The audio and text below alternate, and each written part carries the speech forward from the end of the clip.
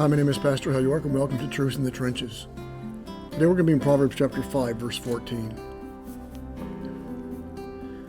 I was almost in utter ruin in the midst of the assembly and congregation. As I've said umpteen times over the last 4 years, doing this Truth in the Trenches, chapters 5 to 7 of Proverbs deal primarily with the subject of sexual immorality, or any sexual union outside marriage between a man and a woman. Now, the picture it paints is not a pretty one. The picture it paints depicts, for the most part, how the whole situation ends. There are obviously very many different ways it may begin. We sort of all have in our mind how stuff like this happens. But there's a similarity in the way such activity ends that we see in Proverbs. And this father does not pull any punches when it comes to warning his children about the devastating consequences of such activity. Let me give you some verses where we see this because it leads to our verse for today. The verses preceding the one I just read are verses 8 to 13 of Proverbs. And this is the context. Keep your way far from her and do not go near the door of her house, or you will give your vigor to others and your ears to the cruel one. And the strangers will be filled with your strength, and the hard-earned goods will go to the house of an alien. As you groan at your final end, when your flesh and your body are consumed, and say, how have I hated instruction, and my heart spurned reproof. I have not listened to the voice of my teachers, nor inclined my ear to my instructors. The first part of the Father stresses the personal aspect of this sin, the final end, when your flesh and your body are consumed, when you give strength to the cruel one, when you say, how I hated instruction. The personal heartbreak and torment, the personal consequences, the physical breakdown. And you can kind of picture this person sitting maybe alone in their den or alone at the beach, just thinking about the things that they've done and the hollowness and the emptiness that they feel inside. But this is what Hollywood leaves out. But what Hollywood leaves out, Solomon puts in. This is the reality of such behavior. And we see it every day.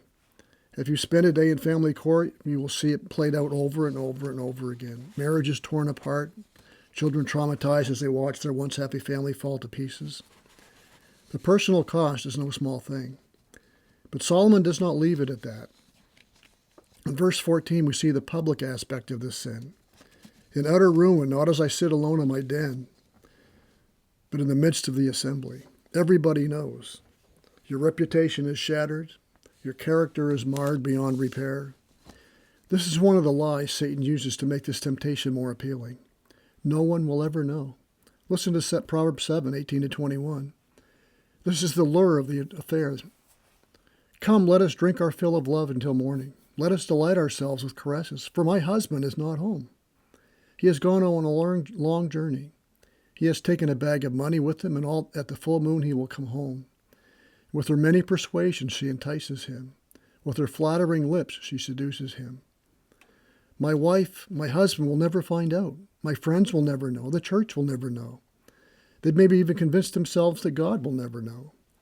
But chances are they are giving very little thought to God at this point anyway. But it always happens. It may take a while, but be sure your sin will find you out and hunt you down. And you will be almost in utter ruin, and everybody is going to see it. And everybody, you can be sure, is going to be talking about it. How many times have we seen this in just the last few years? Reputable Bible teachers, mega church pastors, politicians, high-profile actors, singers. It's everywhere. Names we all know, people we once admired. And their lives have been destroyed, not just personally in their family and marriage, but publicly. Everybody knows their name.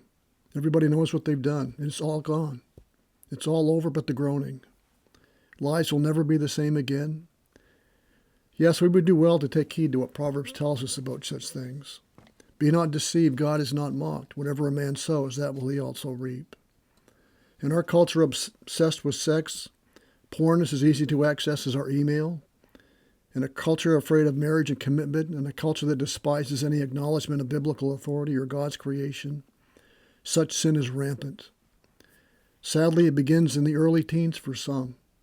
For our culture, sex is like a toy. But it's a toy that, if not taken seriously and treated with respect and used according to God's word, it will ruin those who ignore the instructions. Thou shalt not commit adultery. Flee fornication. Run away from it. Like a fire There's a great blessing in the right place, in marriage. But when you take it out of marriage, it destroys lives both personally and publicly. I know I harp on this a lot, but it's hard not to when you're teaching on Proverbs because it's everywhere. Why? Because this dad loves God, and he loves his children, and he wants them to live lives that are blessed. He wants them to know the joy of marriage and the marriage union. Are you talking to your kids about this?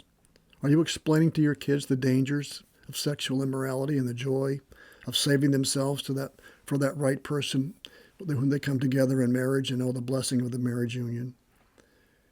This should be the cry should echo across our lands. Beware of the temptation of the flesh. Beware of the lies of Satan. Do not be deceived by the portrayals of Hollywood, and remember the consequences. I was almost in ruin, utter ruin, in the midst of the assembly and the congregation. Why? Not because he robbed a bank, not because he killed somebody, but because he violated one of God's basic principles of life. Thou shalt not commit adultery. Thou shalt not have sex outside of marriage. Flee fornication. Flee youthful lusts. Save yourself for that right person, that marriage union that one day God will, maybe one day won't lead you into. And it's so you will be blessed and you know the joy of what Proverbs is talking about. Rejoice with the wife of your youth, and you will be blessed. So may this truth guide us and guard us in the trenches of life as we seek to live our lives for the glory of God and for the good of others. May God bless.